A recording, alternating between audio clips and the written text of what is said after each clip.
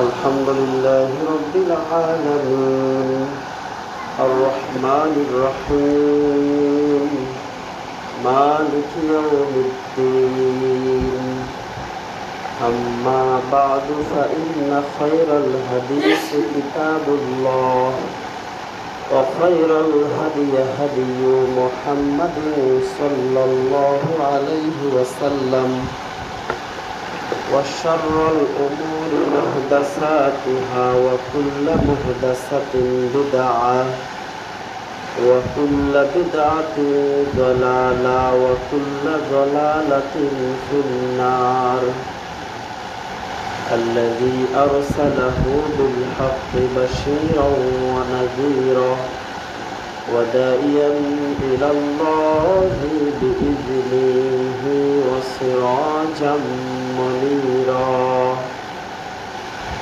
فقد قال الله تعالى في كلامه المجيد والفرقان الحميد فأعوذ بالله من الشيطان الرجيم بسم الله الرحمن الرحيم يا أيها الذين آمنوا اتقوا الله حق تقاته ولا تموتن إلا وأنتم مسلمون يا أيها الناس اتقوا ربكم الذي خلقكم من نفس واحدة وخلق منها زوجها وبث منهما رجالا كثيرا ونساء واتقوا الله الذي تسالون به والأرحام إن الله كان عليكم رقيبا يا أيها الذين آمنوا اتقوا الله وقولوا قولا سديدا يصلح لكم أعمالكم ويغفر لكم ذنوبكم ومن يطع الله ورسوله فقد فاز فوزا عظيما وقال تعالى إن الصلاة تنهى عن الفحشاء والمنكر وعن أبي هريرة أن رسول الله صلى الله عليه وسلم قال الملائكة تصلي على أحدكم ما دام في مصلى ما لم يحدثوا إذا لم يحدثوا يعني ما لم يتغير له رواه البخاري بسم الله الرحمن الرحيم قاف القرآن المجيد بل أجبوا أن جاءهم منذر منهم فقال الكافرون هذا شيء عجيب أإذا متنا وكنا ترابا ذلك رجل بعيد قد علمنا ما تنقص الأرض منهم وعندنا كتاب حفيظ আলহামদুলিল্লাহ প্রশংসা আল্লাহ রাব্বুল আলামিনের জন্য যে আল্লাহ রাব্বুল আলামিন আমাদেরকে আজকের এই সাপ্তাহিক ঈদের দিনে আগে ভাগে মসজিদে আসার তৌফিক দান করেছেন সে আল্লাহর শুকরিয়া করি আলহামদুলিল্লাহ। শান্তির বাড়িধারা অবতীর্ণ হোক সকলের প্রিয় নবী মুহাম্মদ রাসূলুল্লাহ সাল্লাল্লাহু আলাইহি ওয়াসাল্লামের উপর। সম্মানিত উপস্থিতি, আজ শুক্রবার কার্তিক মাসের সম্ভবত 1 তারিখ, রবিউল সানি মাসের 24তম তারিখ। আজকের জুমার খুতবার বিষয়বস্তু হচ্ছে কোন আমল করলে ফেরেশতা তাদের জন্য, সেই আমলকারীর জন্য দোয়া করতে থাকে। প্রতিদিন একটি আমল রয়েছে, যে আমলটা আল্লাহকে সন্তুষ্ট করার জন্য যদি কেউ করে, তাহলে সেই ব্যক্তির জন্য আল্লাহ রব্বুল আলামিনের ফেরেশতা মণ্ডলী দোয়া করতে থাকে। সে বিষয়ে আজকে আলোচনা হবে। আল্লাহ রব্বুল আলামিন তৌফিক দান করলে আপনাদেরকে যে হাদিস কোরআনের আয়াত তেলাওয়াত করেছি, সেখান থেকে কিছু ফায়দামূলক কথা শোনানোর চেষ্টা করব ইনশাআল্লাহ। ওমা তাওফিক ইল্লা বিল্লাহ, আলাইহি তাওয়াক্কালতু ওয়া ইলাইহি উনীব। সম্মানিত উপস্থিতি, আল্লাহ রাব্বুল আলামিন সূরা দুখানের 38 নম্বর আয়াতে বললেন, ওয়ামা খালাকনাস সামাওয়াতি ওয়াল আরদা ওয়ামা বাইনাহুমা লাঈবিন। আল্লাহ পাক বললেন, আমি মানুষকে দুনিয়াতে সৃষ্টি করেছি শুধুমাত্র তারা আমার ইবাদত করবে, এই জন্য আমি আসমান এবং জমিন সৃষ্টি করে দিয়েছি। শুধু তাই নয়, আসমান জমিনের মধ্যবর্তী যত মূল্যবান সম্পদ রয়েছে আমি সবগুলোকে সৃষ্টি করে দিয়েছি শুধু বান্দাদের জন্য, যাতে বান্দারা এই নিয়ামতগুলো উপভোগ করে কল্যাণকর কাজ করতে পারে। এই জন্য আমি মানুষের উপকারের জন্য আমি পৃথিবীতে যা কিছু আছে সব কিছু সৃষ্টি করেছি। বলেন সুবহানাল্লাহ। আল্লাহ বলছেন লাঈবিন, আমি রং তামাশা করার জন্য, ইবাদত থেকে গাফেল হয়ে যাওয়ার জন্য কিছু সৃষ্টি করিনি। তাহলে আমরা আজকে মসজিদে সালাত আদায় করতেছি পূর্ণ নিরাপত্তার সহিত। আমাদের দেশে কোনো হট্টগোল, গণ্ডগোল, ফাসাদ, ঝগড়া, রং তামাশা কিচ্ছু নাই। আমরা বাড়ি থেকে সকালবেলা নিয়ত করি যে আজকে জুম্মার দিন, সকাল সকাল মসজিদে যাব। আমাদের ভেতরে কোনো ভীতি কাজ করে না। কিন্তু অন্যান্য দেশে 5 থেকে 7টি দেশ ব্যতীত বাকি যত দেশ রয়েছে সব দেশের মুসলিমরা জুম্মার দিনে সালাত আদায় করতে ভয় পায়। মসজিদে গেলে কে যেন কোথা থেকে বম নিক্ষেপ করে, এই যে একটা ভয়। আমাদের কিন্তু এই ভয়টা নাই। আল্লাহ আমাদেরকে অনেক শান্তিতে রেখেছে অন্য ব্যক্তিদের চেয়ে। এই শান্তি হচ্ছে অন্য অমুসলিমদের সহ্য হচ্ছে না।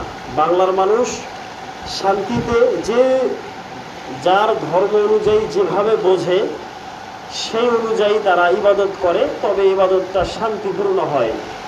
কেউ কারো বিরুদ্ধে বলে না, কেউ কারো সাথে শত্রুতায় লিপ্ত হয় না। সবাই ইবাদত করার জন্যই এক আল্লাহকে সন্তুষ্ট করে শান্তি চিত্তে। কোনো প্রকার দাঙ্গামা, হাঙ্গামা, ফাসাদ, কলহ, দ্বন্দ্ব কিচ্ছু নেই। কিন্তু অন্য দেশের মানুষের একটা ভয়, বিশেষ করে আমাদের ফিলিস্তিন ভাই বোনদের দিকে একটু লক্ষ্য করেন। এই যুদ্ধ এতদিন থেকে চলছে, আমরা অনেক মানুষ তাদের দুর্দশার কথা, তাদের কষ্টের কথা ভুলেই গেছি। কতই আর শুনি। প্রথমের দিকে আমরা সবাই সংবাদ দেখতাম, খবর দেখতাম ফিলিস্তিনদের কি হচ্ছে। এখন ওইভাবে আর কেউ দেখে না, এটা কি বিরক্ত মনে করে। কিন্তু বর্তমান বিশ্বে হকপন্থী জান্নাত পাওয়া কোনো ব্যক্তি যদি থাকে, তাহলে নিশ্চিন্তভাবে এই মুসলিম যারা ফিলিস্তিনে বসবাস করছে তারা ডাইরেক্ট জান্নাত পাবে, কোনো সন্দেহ নেই। কেন সন্দেহ নেই?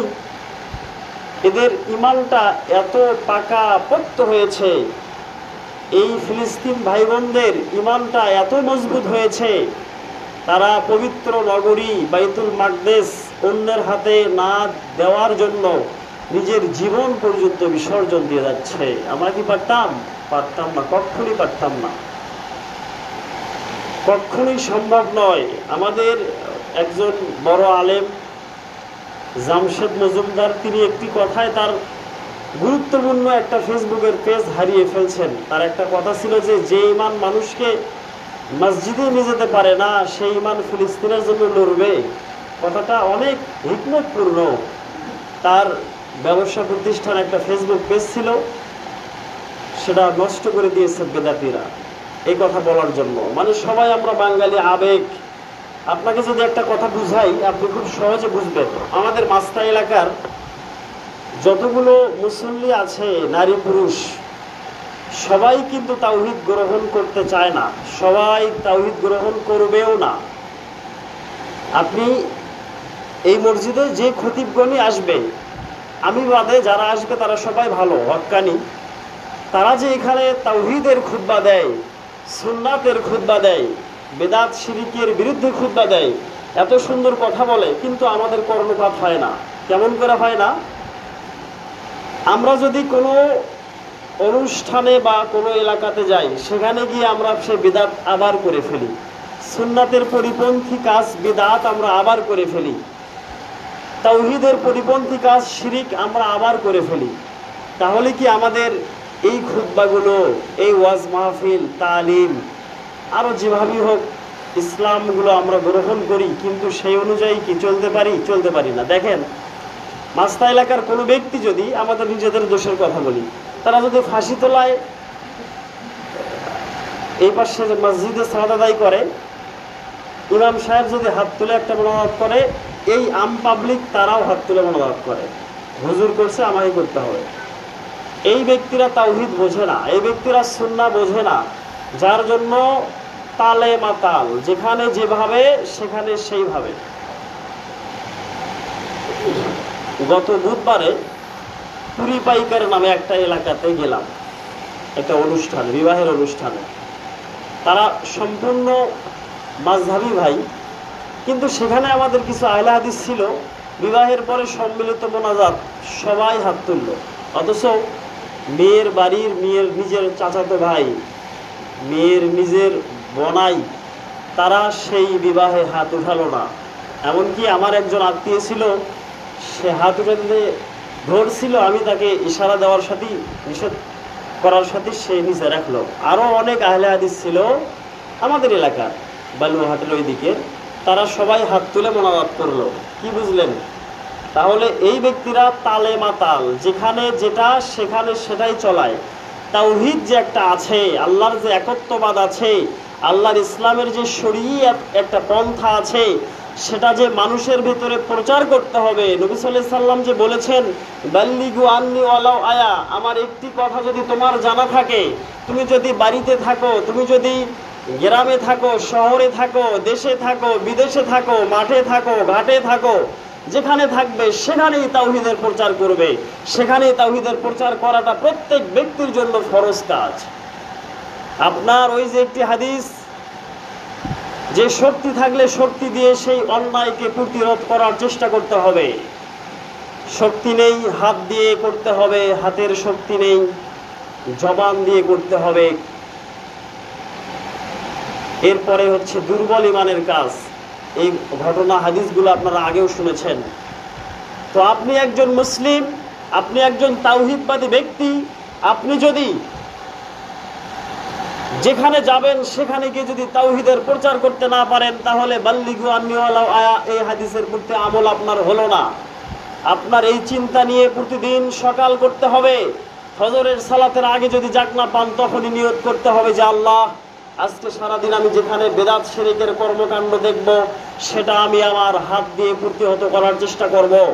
হাতে যদি শক্তি না পাই, আমি তো কুড়ি পাইকের গিয়ে হাত দিয়ে নিষেধ করতে পারবো না। আমার আল্লাহ জবান দিয়েছে, জবান দিয়ে আমি যতটুকু চেষ্টা আমি নিজেই করেছি।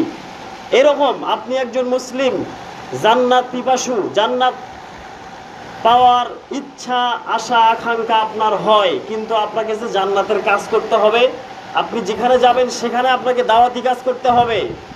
যদি আপনি করতে না পারেন, তাহলে আপনার ভেতরে কোনো ঈমান থাকবে না। আপনাকে যদি অমুসলিম দাওয়াত করে, আপনি সেখানেও যাবেন। যদি আপনার ভেতরে তাওহীদের কোনো বীজ থাকে অন্তরের ভেতরে, সরিষার দানা সমতুল্য বা তার চাইতে আরো ছোট, তবুও আপনাকে তাওহীদের প্রচার করতে হবে। এই উদ্দেশ্যে সকাল করব যে আল্লাহ সারাদিনে যেন আজকে আমি কোনো না কোনো একটা যেন বেদাতকে তুলে দেওয়ার কোনো কাজ করতে পারি, শিরককে দূর করার জন্য কোনো কাজ করতে পারি, আল্লাহ তুমি আজকের দিনে আমাকে এই জন্য কবুল করো, এই নিয়ত আপনাকে থাকতে হবে। শুধু খুতবা শুনবেন, বিভিন্ন জায়গায় গিয়ে ওয়াজ মাহফিল শুনবেন, পছন্দের বক্তা যেখানে থাকবে সেখানেই দৌড় লাফ দিয়ে যাবেন, কিন্তু আমলের বেলায় নাই, তো এই ঈমান দিয়ে আপনি জান্নাত কোশ্চিনকালও পাবেন না। আমি সেই কুড়ি পাইকার গিয়ে দেখলাম, আমি তো এমনিতেই মোটামুটি একটু লম্বা, ওখানে 3টা বক্স লাগাচ্ছে, আমার ঘুড়ি পর্যন্ত হয়, এত জোরে সাউন্ড, বিকট, বুকের হাড় পর্যন্ত কাঁপে। বিবাহ যখন পড়ানো হলো তখন বক্স বন্ধ করা হলো, বিবাহ শেষ আবার শুরু। আমি বক্সের নিকটে গেলাম, গিয়ে সাধ্য অনুযায়ী তাদেরকে বললাম, তারা বুঝলো, সাথে সাথে বক্সটা বন্ধ করলো। একটু পরে খেতে বসছি, আবার শুরু। তো এক ব্যক্তি এসে বলছে, হুজুর একটু গোস্ত দেই। তো বলে যে ওই বক্সটা বন্ধ করলে সবচাইতে বেশি খুশি হব এই গোস্তের চাইতে। তো তাকে, মেয়ের বাবাকে ডেকে তাকে আমি আমার সাধ্য অনুযায়ী খাওয়া অবস্থায় বুঝালাম, এটা তো কোনো শিক্ষিত ব্যক্তির কোনো কাজ হয় না। তখন আমাকে বলে কি, আমার মসজিদের হুজুর কম বড় নয়, তাই এগুলো নিষেধ করে না, আপনার করা লাগবে, আপনার বাড়ি কোটে। চিন্তা করছেন? এখন যদি সলপল আনন্দ না করে কতদিন আরো করবে? হুজুর আপনি কি এটুকু বোঝেন না? আমাকে বোঝাচ্ছে। যাই হোক, খাওয়ার পরে আবার ওই বক্সের নিকটে গিয়ে আমি আবার একটা লাঠি হাতে নিলাম, সাহস করে, খড়ি জাতীয়, খুব পাতলা। আসলে এইগুলো হচ্ছে দাওয়াত দেওয়ার পদ্ধতি, আপনাকে আমি শেখাচ্ছি, নিজের বাস্তবতা তুলে ধরছি না। এগুলো ঘটে, লাঠি নেওয়ার সাথে কে কোন দিকে দৌড় আল্লাহু আলাম। তারপরে মোবাইল আলা, মোবাইল রেখে দৌড়, মোবাইল সহ নিয়ে তাকে আমি সাধ্য অনুযায়ী বুঝালাম। বললাম যে ভাই শোনো, তোমার যদি পিতা আজকে রাত্রে ইন্তিকাল করে, কয় হুজুর আমার পিতা গেছে সৌদি, সৌদি যদি মারা যায়, সে লাশ তো 10 দিন পরে হলেও আসবে, সেদিন তোমার কি হবে? সেই জানাজায় দাঁড়িয়ে তুমি যখন দোয়া পাঠ করবে, তোমার দোয়া কি কবুল হবে? বলছে না হুজুর, হবে না। তো ঠিক আছে হুজুর, আজকের পর থেকে আমি আর কখনো পাপের সাথে জড়িত হব না। তো যদি আপনি মানুষকে বোঝাতে পারেন তাহলে বন্ধ হবে। রাত 10টার দিকে ওখান থেকে আসছি, এর মধ্যে আর একবারও বক্স বাজিনি। পরে কি হয়েছে সেটা আমি জানি না, তবে এলাকার যারা মুরব্বী ছিল তাদেরকে আমি তাদের সাথে গিয়ে সাক্ষাৎ করে তাদেরকে বলে এসেছি। গতকাল বৃহস্পতিবার এই বক্সিচর এলাকায় দাওয়াত খেতে আসছি, এখানে এসে দেখি একই অবস্থা। এখানে এসে দেখি এরকম বক্স, হয়তোবা আপনারা মাস্টার মানুষ, আপনারা বক্স শুনছেন কিনা জানি না, কালকে বক্স বাজছে। সন্ধ্যার আগে আমি ওখানে পৌঁছেছি, মাগরিবের আগে। সাধ্য অনুযায়ী ওখানে বলছি, ওখানে যার বিবাহ তাকে আমি বলছি, আপনি একজন মাস্টার মানুষ, আপনার কমন সেন্সের অভাব। এই জন্য তো আমাদের একজন বক্তা আব্দুর রাজ্জাক বিন ইউসুফ বলে থাকে যে আমি যদি তোমাকে মূর্খ প্রমাণ করতে না পারি তাহলে জাতির সামনে আর কোনোদিন আসবো, এটা ওনার ডায়লগ। তো আমি আপনাকে বলছি যে ভাই আমি খুব ব্যস্ত, আপনি যত ব্যস্তই থাকেন আপনাকে আমার কথা শুনতে হবে। আপনার বাড়িতে বিবাহ খেতে আসছি, গান বাজনার শোনার জন্য আসিনি। তো যাই হোক, সেখানে সাধ্য অনুযায়ী বুঝালাম, সেখানে একটু বন্ধ হয় আবার চালু হয়, আবার খেতে বসছি। ওই ছেলে মেয়ে চেনে আমাকে, যার জন্য হুজুর খেতে বসছে কিনা এখন বাজান যাবে, খাদ্য থেকে একবার মনে হলো যে উঠে চলে যাই।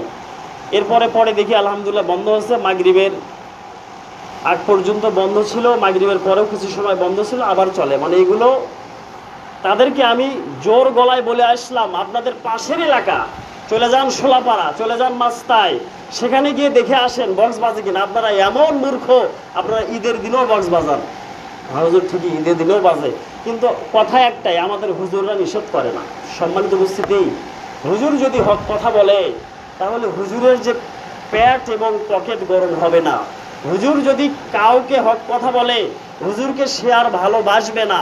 তাকে যদি আপনি দুধ দিয়ে গোসল করান, নাউজুবিল্লাহ, পাপের কাজ, কথার কথা বললাম।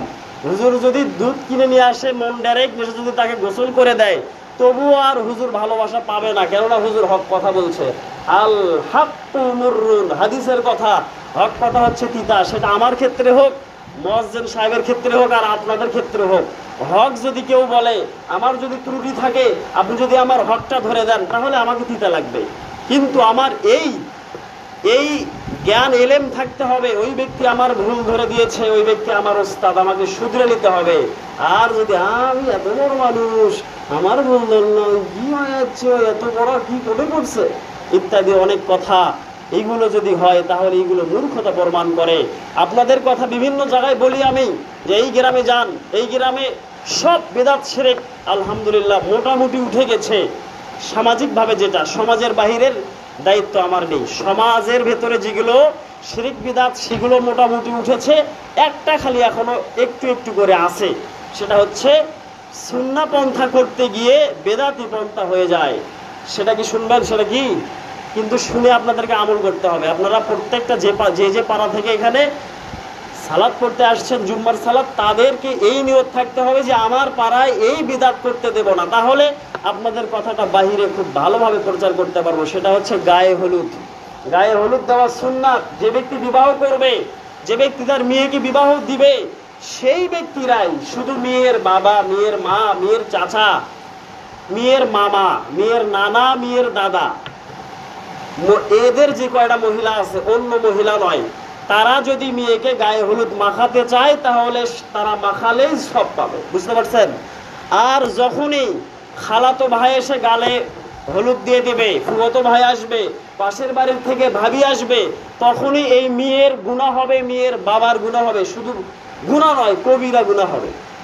অনুরূপভাবে ছেলেকে যখন ছেলের শ্বশুর বাড়ির থেকে সমন্দির বউ, নতুন আরো যারা আছে শালি, হলুদ কাপড় পরে ইত্যাদি জঘন্য একটা কারবার আমাদের মাস্তাতে এখনো চলছে।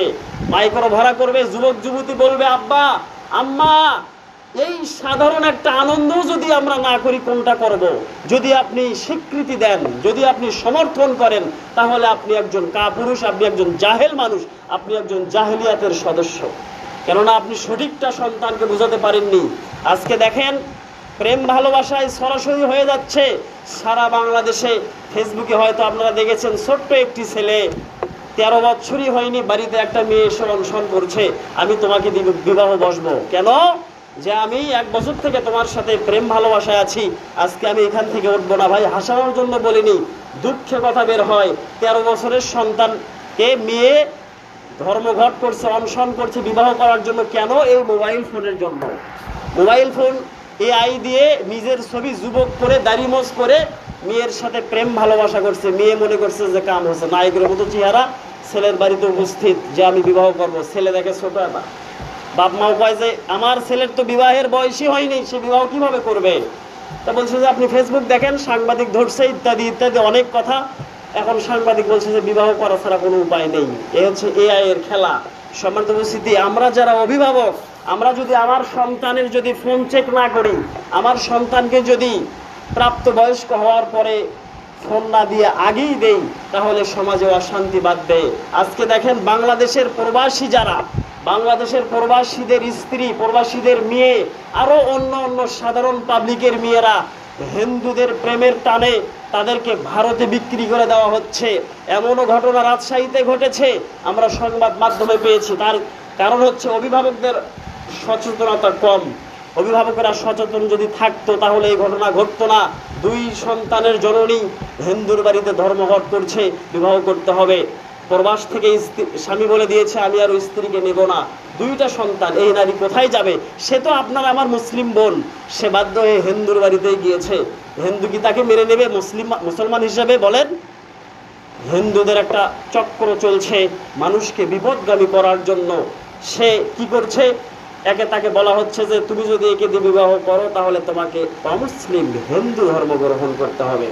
এই মেয়েটার কি করবে? মেয়েটার ঘটনা যা ঘটে গেছে, কিন্তু ঘটনা এই মেয়েকে মেয়ের পরিবার, মেয়ের বাবা নিচ্ছে না, মেয়ের শ্বশুরবাড়ির লোক নিচ্ছে না, সমাজ তাকে গ্রহণ করছে না। মেয়েটা কি করবে? তার জীবন কিভাবে কাটাবে?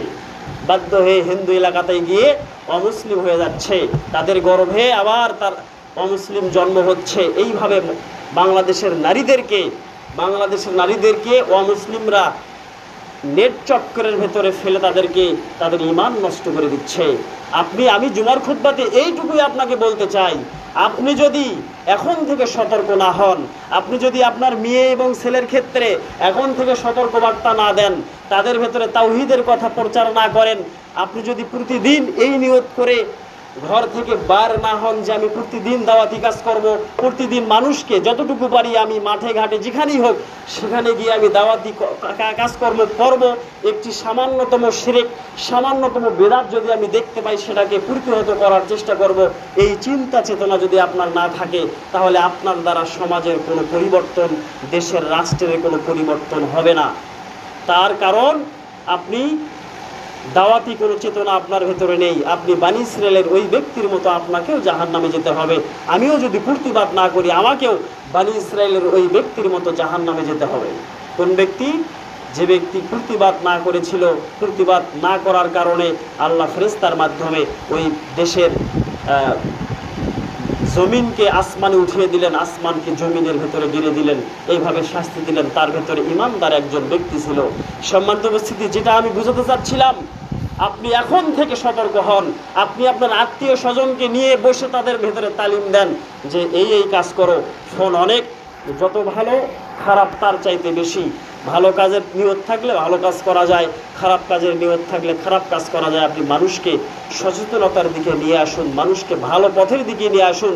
আপনি একজন মুসলমান, আপনার একটা ইমানি দায়িত্ব হচ্ছে মা বোনদেরকে, যুবক যুবতীদেরকে সঠিক পথে নিয়ে আসা, তাদের মাঝে সর্বদাই ইসলামের কথা, দিনিয়াতের কথা প্রচার করা।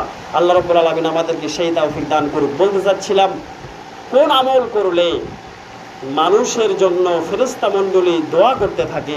হাদিসটা বুখারী শরীফের 659 নম্বর হাদিস। আল্লাহর নবী সাল্লাল্লাহু আলাইহি সাল্লামের প্রসিদ্ধ একজন সাহাবী আবু হুরায়রা হতে বর্ণিত। তিনি বলেন, আন্না রাসূলুল্লাহি, নিশ্চয়ই নবী করিম সাল্লাল্লাহু আলাইহি ওয়াসাল্লাম বলেন, আল মালাইকাতু তুসাল্লি আলা আহাদিকুম মা দামা ফিল মুসাল্লা মা লাম ইহদিসু ইযা লাম ইয়াহদিসু ইয়ানি মা লাম ইয়াতাগায়্যারু বিআন্না হাদাসা মাসালার রাই। নবী করিম সাল্লাল্লাহু আলাইহি সাল্লাম বললেন, যে ব্যক্তি আল্লাহকে সন্তুষ্ট করার জন্য সকাল এবং সন্ধ্যায়, সকাল কিংবা বিকাল অথবা সন্ধ্যায় মসজিদে আসবে, ওযু করা অবস্থায় বাড়ি থেকে ওযু করে সুন্দরভাবে ওযু করে মসজিদে আসবে, মসজিদে এসে নামাজের জন্য অপেক্ষা করবে, সেটা হতে হবে সকাল এবং সন্ধ্যায়। এমন ব্যক্তি যদি থাকে, সেই ব্যক্তি যদি মসজিদে সালাতের জন্য অপেক্ষা করে অথবা সালাতের পরে আরো অপেক্ষা করে জিকির আজকার করে, তার যদি হদস না হয় আর ওযু যদি টুটে না যায়, হদস মানে হচ্ছে বায়ু মারা, এটা আরবি শব্দ হদস। যদি কোনো মুসলিম মসজিদে এসে অপেক্ষা করে সালাতের পরে কিংবা আগে, এই ব্যক্তির যদি হদস না ঘটে আর যদি ওযু ভেঙে না যায়, তাহলে ওই ব্যক্তির জন্য প্রতিদিন সকাল এবং সন্ধ্যায় অথবা বিকেল বেলা ফেরেশতা মণ্ডলী আল্লাহর কাছে দোয়া করতে থাকে যে আল্লাহ, যারা মসজিদে এসেছে তুমি তাদের যাবতীয় গুনাহগুলোকে ক্ষমা করে দাও। বলেন সুবহানাল্লাহ। তাহলে মসজিদে এসে দুনিয়াবি কথা, যেগুলো আপনাদের কৃষি কাজে ব্যবহার হয়, এই সমস্ত কথা বাদে যাবতীয় যারা কথাগুলো বলবেন দুনিয়াবি কথা, তারা কিন্তু ফেরেশতার এই দোয়া পাবেন না। ওযু থাকতে হবে, হদস মুক্ত থাকতে হবে। আর যদি সালাতের জন্য অপেক্ষা করেন, সালাতের পরেও যদি অপেক্ষা করেন, তাহলে আপনার জন্য, ওই ব্যক্তির জন্য ফেরেশতা মণ্ডলী প্রতিদিন সকাল এবং সন্ধ্যায় আল্লাহর কাছে দোয়া করতে থাকবে। শুধু তাই নয়, তাদের মর্যাদাকে বাড়িয়ে দেওয়ার জন্য সে ফরিয়াদ আল্লাহর কাছে ফেরেশতা মণ্ডলী করবেন যে আল্লাহ, তোমার এই বান্দা বান্দি তোমার ঘর মসজিদে এসে কোনো প্রকার কথাবার্তা না বলে তোমার জিকির আজকার করেছে, আল্লাহ তুমি এই ব্যক্তিকে ক্ষমা করে দাও, এই ব্যক্তির মর্যাদাকে বাড়িয়ে দাও। বলেন সুবহানাল্লাহ। তাহলে নিয়মিতভাবে জামাতের সাথে সালাত আদায় করার চেষ্টা করবেন, তাহলে সালাতের আগেও সময় পাবেন, সালাতের পরেও সময় পাবেন, তাহলে আপনাদের জন্য অনেক ভালো হবে, ফেরেশতা মণ্ডলীর দোয়া আপনারা পাবেন। আল্লাহর নবী সাল্লাল্লাহু আলাইহি সাল্লাম তিনি আরো বলেছেন, যে ব্যক্তি মসজিদে আসবে সুন্দর করে, সম্ভবত কোনো এক সপ্তাহে হাদিসটি বলেছি, আমি আবার স্মরণ করে দেওয়ার জন্য বলছি। আল্লাহ নবী সাল্লাল্লাহু আলাইহি সাল্লাম বলছেন, বাশারাল মুশাইনা ফিল যুলমি ইলাল মসজিদি বিন নূরিল্লাতি তামা ইয়াউমাল কিয়ামা। আবু দাউদ শরীফের হাদিস। আল্লাহ নবী সাল্লাল্লাহু আলাইহি সাল্লাম বলছেন, যে ব্যক্তি রাতের অন্ধকারে মসজিদে জামাত ধরার জন্য চলে আসে, ওই ব্যক্তি অন্ধকার থাকা অবস্থায় মনের ভিতরে একটা ডর থাকে, আল্লাহ কোথায় যেন সাপ পোকামাকড় থাকে, কোথায় যেন আল্লাহর ক্ষতিকর সৃষ্টি থাকে, এই ভয় নিয়ে আস্তে আস্তে পা ফেলে জিকিরের মাধ্যমে ইশার সালাতে এবং ফজরের সালাতে অন্ধকার অবস্থায় মসজিদের দিকে আসে। এই ব্যক্তির ক্ষেত্রে আল্লাহর নবী সাল্লাল্লাহু আলাইহি সাল্লাম বলেছেন, হাসরের মাঠে যখন প্রত্যেক জালেম ব্যক্তি তাদের জুলুম করার কারণে হাসরের মাঠে অন্ধ হয়ে উঠবে, অথবা কারো চোখ থাকবে কিন্তু সে অন্ধকার দেখবে, সে পথ খুঁজে পাবে না। আর এমন ব্যক্তি যে ইশার সালাতে ফজরের সালাতে অন্ধকারে কষ্ট করে মসজিদে জামাতের সাথে সালাত আদায় করার জন্য আসে, ওই ব্যক্তিকে আল্লাহ রাব্বুল আলামিন কিয়ামতের মাঠে সুন্দর একটা নূরের ব্যবস্থা করে দিবেন। বলেন সুবহানাল্লাহ। সেই নূর যখন অন্য অন্য ব্যক্তিরা দেখবে, দেখার সাথে তারা বলবে, এই ব্যক্তিরা দুনিয়াতে ফজরের সালাত ইশার সালাত মসজিদে গিয়ে আদায় করতো অন্ধকারের ভেতরে, যার জন্য মর্যাদা দেওয়া হচ্ছে। এই হাদিসটা যখন আমি গতকাল দেখলাম বা আজকে ফজরের পরেও দেখলাম, তখন আমার ফুলবাড়ির কথা মনে হলো। ফুলবাড়ির মানুষ যদিও আল্লাহ দিতে পারে, কিন্তু একটা কৌতূহল হলো, মনে হয় তারা এই আলো হাসরের মাঠে পাবে না। কেননা ফুলবাড়ি মসজিদের দুঃখিত ফুলবাড়ি এলাকার এই পাশ থেকে ওই পাশ পর্যন্ত পুরো গ্রাম আলো দিয়ে ভর্তি, মানে অন্ধকার বলতে কিচ্ছু নাই, যাতে মুসল্লিদের সালাতে কোনো সমস্যা না হয়। আমাদের মসজিদে প্রতিদিন জামাতে 60 জনের ওপরে মানুষ হয় প্রতিদিন, প্রত্যেকটা দিন, ঝড় বার্ষা যেটাই বলেন, ফুলবাড়ি মানুষ আলহামদুলিল্লাহ সালাত আদায় করে, এর সাথেও করে, সবগুলো আর কি করে আলহামদুলিল্লাহ। আসর জহর এবং মাগরিবে একটু কম হয়, তারা হাটে বাজারে থাকে, কিন্তু ফজরের সালাতে সবচাইতে বেশি হয়, যা আপনি অন্য কোনো মসজিদে এত মুসল্লি পাবেন না। অন্য কোনো মসজিদে ফজরই কম, আর আমাদের মসজিদে 60 জন থাকে ফজরই। আলহামদুলিল্লাহ, দোয়া করেন আমাদের এলাকাবাসীর জন্য, আল্লাহ রাব্বুল আলামিন যেন তাদের সবাইকে কবুল করে, আল্লাহুম্মা আমিন। এরপরেও যে আরো কত ব্যক্তি থাকে, তারা যদি সবাই আসতো তাহলে মসজিদ ভরে যেত। আমাদের মসজিদ আলহামদুলিল্লাহ 3 তালা, জুম্মার দিনে বারান্দাতেও জায়গা হয় না, বারান্দাতে হচ্ছে 5 কাতার, ভেতরে 3 কাতার, সেখানে 2 কাতার করা হয়, এ হচ্ছে 7 কাতার। তাহলে চিন্তা করেন কত মুসল্লি। আবার উপর তালায় সম্পূর্ণ, দ্বিতীয় তালায় মহিলা দিয়ে ভরপুর, নিচতলায় যাদের জায়গা হয় না তাদেরকে তৃতীয় তলায় দেওয়া হয়। আর প্রত্যেকটা তালাতেই টয়লেট বাথরুম ব্যবস্থা আছে, মহিলারা যে আবার নিচে আসবে এমনটা না, তাদের জন্য সেখানেই ব্যবস্থা করা আছে, যাতে কোনো সমস্যা না হয়। যদি কোনোদিন ফুলবাড়িতে যান, মসজিদটা এক নজরে দেখে আসবেন। আমাদের মসজিদের মূল মসজিদ যেটা, এই যেটার নাম বলা হয় মেহরাব, ইমামের জন্য, এই মেহরাবটা দেওয়ালের ভেতরই। চিন্তা করেন মসজিদ কত মোটা, দেওয়ালের গাঁথনিটা কত মোটা। এই যে মেহরাবটা সম্পূর্ণ দেওয়ালের ভেতরই, সামনে আপনি কোনো ফুলে জায়গা পাবেন না, সব সমান। অনেক আমলের আগের, এই যে লাল মসজিদের মতো 3 গম্বুজওয়ালা মসজিদ আমাদের মসজিদটা। যাই হোক, যে কথা বললাম, তো আলো যদি আপনি হাসরের মাঠে পেতে চান, তাহলে কি করতে হবে? সকাল সন্ধ্যায় ফজরে এবং এশাতে মসজিদে আসতে হবে। তাহলে আপনি হাসরের মাঠে হাজার হাজার লক্ষ লক্ষ কোটি কোটি জালেমের সামনে আপনার শরীর থেকে বা আপনার হাতে সুন্দর একটা চমৎকার লাইটের ব্যবস্থা করা হবে, যাকে আরবিতে নূর বলা হয়। আপনাকে নূর দান করা হবে। আল্লাহ রাব্বুল আলামিন বোঝার তৌফিক দান করুক, আল্লাহুম্মা আমিন। আল্লাহ নবী সাল্লাল্লাহু আলাইহি সাল্লাম, এই হাদিসটা বলে শেষ করব ইনশাআল্লাহ। আল্লাহ নবী সাল্লাল্লাহু আলাইহি সাল্লাম বলছেন, লা ইয়াজালু আহাদুকুম ফিস সালাতি মা দামাতিস সালাতা তাসুব্বুহু লা ইয়ামুনুহু ওয়া ইয়ানকুলু ইলা আহলিহি ইল্লা সালাহ। আল্লাহ নবী সাল্লাল্লাহু আলাইহি সাল্লাম বলছেন, যদি কোনো ব্যক্তি নিজ বাড়িতে সুন্দর করে ওযু করে মসজিদে আসবে, হেঁটে হেঁটে প্রত্যেক কদমে কদমে তার সগীরা গুনাহগুলোকে ক্ষমা করে দেওয়া হবে। বলেন সুবহানাল্লাহ। এবং তাকে কি করা হবে? প্রত্যেক কদমের বিনিময়ে তার একটি করে মর্যাদাকে বাড়িয়ে দেওয়া হবে, এবং তার জন্য ফেরেশতা মণ্ডলী দোয়া করতে থাকবে আল্লাহর কাছে, আল্লাহ এই ব্যক্তিকে তুমি ক্ষমা করে দাও। তাহলে দেখেন, জামাতের সাথে সালাত আদায়ের ইরাদা যদি কারো অন্তরে থাকে, কোনো ইচ্ছা যদি থাকে, জামাত যদি পাওয়ার ইচ্ছা হয়, জামাতের সাথে সালাত আদায় করার যদি ইচ্ছা হয়, তাহলে প্রত্যেক কদমে কদমে আল্লাহ রাব্বুল আলামিন সওয়াব দিবেন। সবাই একটু জোরে সরে বলেন তো সুবহানাল্লাহি ওয়া বিহামদিহি সুবহানাল্লাহিল আযীম। আমরা অনেকেই ঘুম পাড়তেছি। যা হোক, যে কথাগুলো বললাম জামাতের সাথে সালাত আদায় করার চেষ্টা করবেন। আল্লাহ